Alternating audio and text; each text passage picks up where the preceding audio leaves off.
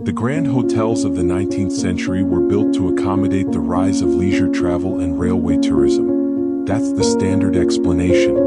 But in 1847, the United States Palace Hotel in San Francisco opened with 800 rooms, 3 years before the California Gold Rush, and 6 years before the Transcontinental Railroad reached the region. In 1856, the Langham opened in London with 600 rooms, full marble lobbies, and hydraulic elevators, at a time when the British middle class wasn't yet traveling domestically in significant numbers. And between 1850 and 1870, across both continents, more than 400 luxury hotels opened in cities where passenger rail traffic didn't justify half their capacity. These weren't investments made in response to demand. They were infrastructure built as if the demand already existed. Before we go further, this is a documentary exploration of historical timing, architecture, and urban development. It's not a claim of conspiracy or erasure. It's an examination of patterns in the public record that don't align neatly with the economic models we use to explain them. The hotels exist. The dates are documented. The question is about sequence. Let's start with what we know. The mid-19th century saw an explosion in hotel construction across the United States and the United Kingdom. These weren't inns or boarding houses. They were multi-story, centrally heated, gas-lit complexes with dining halls, ballrooms, and staff quarters. They were expensive to build and expensive to operate. Standard historical analysis says they were financed by investors betting on the coming railway boom, a speculative but rational gamble. Except the timing doesn't quite work. The Tremont House in Boston, completed in 1829, had 170 rooms. It featured indoor plumbing, locked guest rooms, and a French chef. At the time, Boston's population was 61,000, and long-distance travel was limited to stagecoach or ship. There was no rail line to the city. The hotel operated at partial capacity for years. It wasn't an anomaly, it was a template. By 1850, nearly every major city in the eastern United States had at least one grand hotel. Philadelphia had 3. New York had 7. Chicago, still rebuilding from marshland, had 2. None of these cities had tourism industries. Business travel existed, but it was sporadic, seasonal, and small scale. The flow of guests didn't match the room counts. In the UK, the pattern repeated. The Great Western Royal Hotel opened at Paddington Station in London in 1854. It had 112 rooms and was directly integrated into the railway terminal. Logical, except that Paddington served primarily freight and commuter traffic at the time. Long-distance leisure rail travel didn't become common in Britain until the 1870s. The hotel sat half-empty for over a decade. The Midland Grand Hotel at St. Pancras, completed in 1876, had 300 rooms, Gothic Revival architecture, and gold leaf detailing. It cost £438,000, roughly £50 million in today's currency. The rail line it served was underutilized. The tourism economy that would eventually justify it didn't exist yet. It was built anyway. Here's where it gets strange. These hotels weren't just early. They were over-designed. The Palace Hotel in San Francisco had a central courtyard with a glass dome, gas lighting in every room, and its own artesian well system. The Hotel del Coronado, built in 1888 near San Diego, had electric lighting throughout, one of the first buildings in the world to do so, despite being located in a resort town with a population under 1,000. The consistency is what stands out. Across continents, across decades, the design language was nearly identical. Multi-story atriums, ornate lobbies, hydraulic or steam-powered elevators, central heating. The materials were expensive: marble, hardwood, wrought iron. The labor was specialized. These weren't simple construction projects. They required engineering knowledge, supply chains, and coordination that shouldn't have existed in frontier towns or secondary cities. And yet they did. The Southern Hotel in St. Louis, completed in 1866, had 400 rooms and a cast-iron facade. St. Louis was a river port, not a tourist destination. The hotel burned down in 1877, killing 9 people. It was rebuilt within 2 years, even larger. What? Who was filling those rooms? The Grand Hotel on Mackinac Island, Michigan, opened in 1887 with 600 rooms. Mackinac Island had no cars, no industry, and a winter population of under 500. The hotel was only open in summer. The operational model didn't make sense unless you assumed a continuous stream of wealthy vacationers, which didn't exist in the upper Midwest at the time. There's a rhythm to this, a pattern of anticipation. The hotels were designed for a traveler class that hadn't fully emerged. They assumed a future where mobility was normal, where the middle and upper middle class would routinely move between cities for leisure. That future did eventually arrive, but the infrastructure came first. And it wasn't just hotels. Railway stations were built the same way. Grand Central Depot in New York, completed in 1871, could handle 15,000 passengers a day. In 1871, it served fewer than 3,000. St. Pancras in London, finished in 1868, had a train shed spanning 240 feet, the largest single-span structure in the world at the time. The volume of passengers didn't justify it for another 20 years. The infrastructure anticipated the economy, not by a few years, by decades. The question starts to shift. If these projects weren't driven by immediate demand, what were they responding to? Standard explanations point to speculation, ambition, or civic pride. Those factors certainly played a role, but they don't account for the scale, the consistency, or the timing. Consider the Palmer House in Chicago, opened in 1873.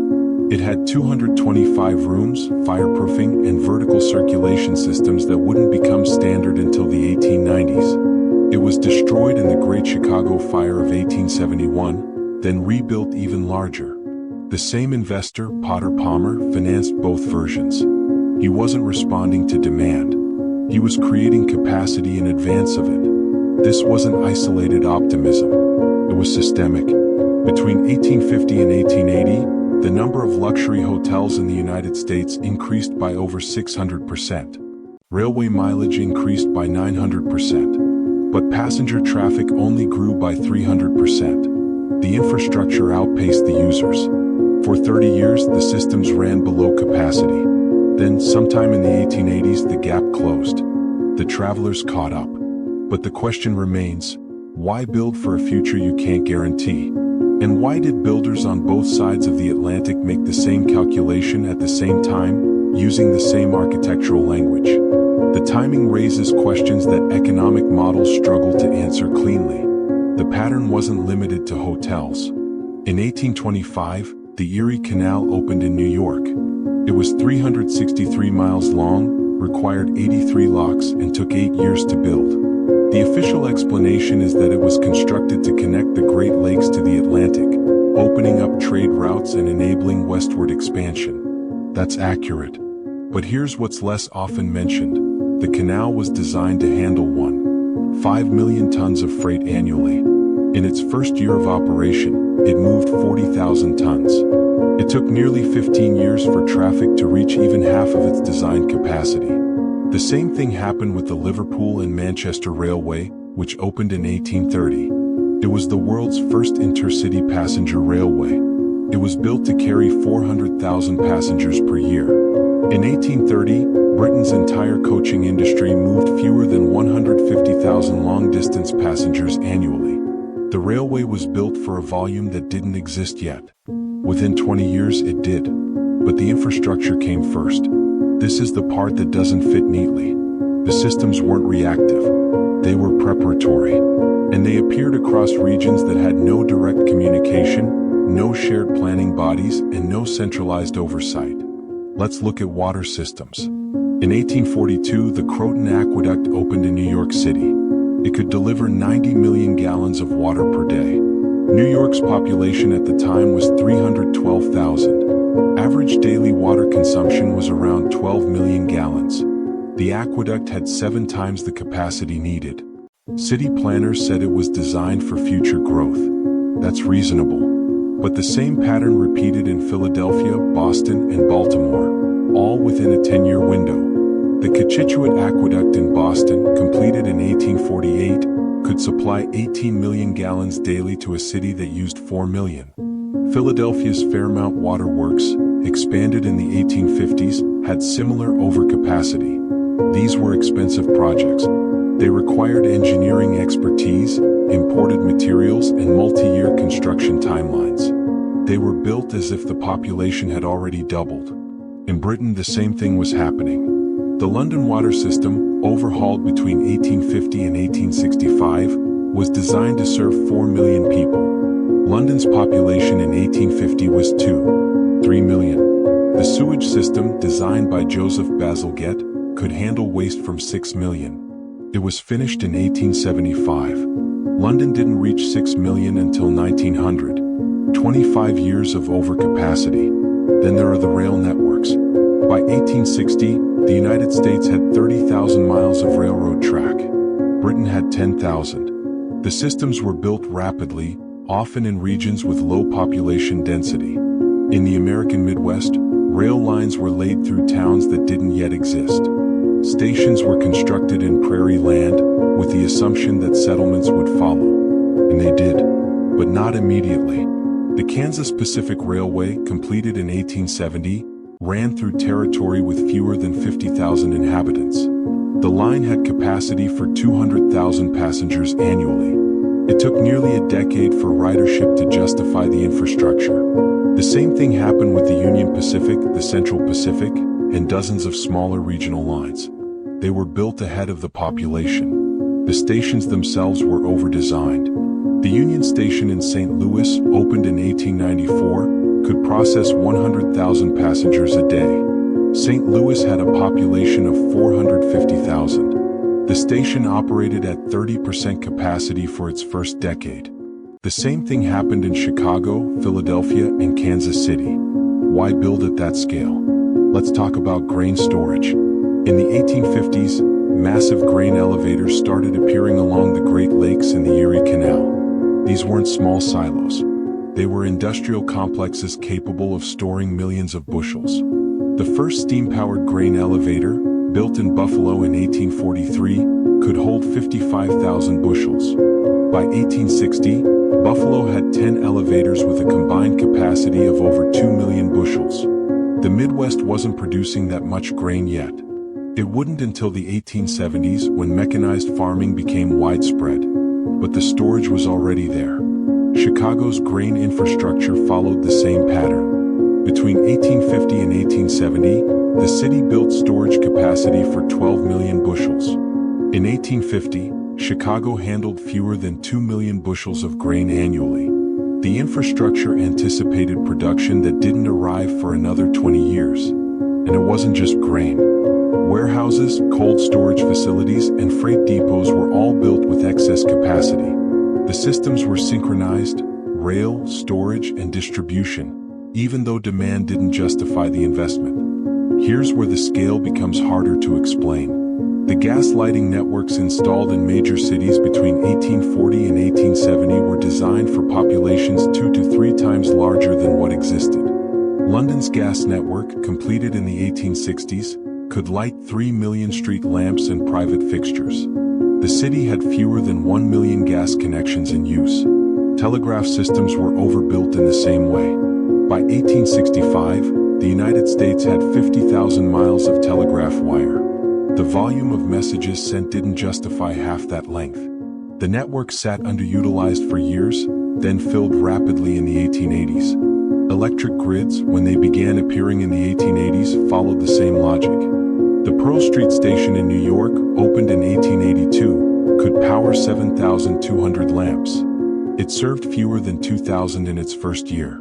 The infrastructure anticipated a demand that hadn't formed yet. There's another detail worth noting. The administrative structures that managed these systems, railway companies, water commissions, canal boards, appeared almost simultaneously across the US and UK. They used similar governance models, similar accounting practices, and similar engineering standards. There was no international coordinating body, no centralized planning authority, and yet the organizational frameworks were nearly identical. The New York Board of Water Commissioners, established in 1833, had the same hierarchical structure as the London Metropolitan Water Board, created in 1902. The administrative language was the same. The reporting formats were the same. The job titles were the same. This kind of convergence usually happens slowly through diffusion and adaptation. But in this case, it happened quickly and across disconnected regions. Let's return to the hotels for a moment. The Grand Union Hotel in Saratoga Springs, New York, opened in 1864 with 824 rooms. Saratoga Springs had a population of 7,000. The hotel was one of the largest in the world. It had its own telegraph office, post office, and rail siding. It operated at partial capacity for 15 years, then suddenly filled in the 1880s when spa tourism became fashionable. But here's the thing, the hotel was designed before the fashion existed. The same pattern shows up in resort towns across the US and UK. The Hotel Del Monte in Monterey, California, opened in 1880 with 126 rooms in a town of 1,700 people. The Balmoral in Scotland, expanded in the 1850s, had more rooms than the surrounding county had wealthy visitors. These weren't mistakes. They were built intentionally, with the expectation that the demand would eventually materialize. And it did. But the infrastructure came first. Every time. Whether this reflects inherited planning models, speculative investment culture, or something else entirely, the timing remains difficult to reconcile with purely market-driven explanations. The systems were too coordinated. The overcapacity was too consistent. And the architectural similarity, across borders, across decades, suggests a shared framework that the historical record doesn't fully account for. The infrastructure anticipated the economy. The question is how and why that anticipation was so accurate. The term Tartaria appears on European maps from the 15th to the 19th centuries. It referred to the vast territories of Central Asia, Siberia, and parts of Eastern Europe, regions inhabited by Turkic and Mongol peoples. It wasn't a single empire. It was a geographic label, used inconsistently, often as a catch-all for lands beyond European control. By the early 20th century, the term had disappeared from official use.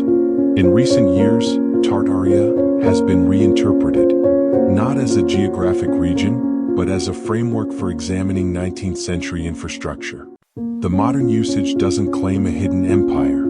It asks a different question. Why does so much of the built environment from that period feel designed for a world that didn't exist yet? The hotels, the railways, the water systems, the grain elevators, all of them built ahead of demand, using similar designs, appearing within the same narrow window of time. There are three ways to interpret this. The first is speculative capitalism. Investors, driven by optimism and access to new financing mechanisms, built infrastructure in anticipation of growth. They were right often enough that the overcapacity eventually filled. This explanation relies on coincidence, that separate investors in separate regions made the same bets at the same time and succeeded. The second is inherited planning. The infrastructure may have followed templates or standards that predated the 19th century. Engineering knowledge, architectural conventions, and administrative models could have been passed down or rediscovered, creating the appearance of coordination without requiring direct communication. The third is systemic redesign. After periods of disruption, war, disease, economic collapse, societies sometimes rebuild rapidly using standardized models. The infrastructure of the 1800s may reflect a concentrated period of reconstruction, guided by a shared vision of what urban systems should look like. None of these explanations are complete. Each accounts for part of the pattern but leaves questions unanswered. Let's go back to 1816. That year there was no summer.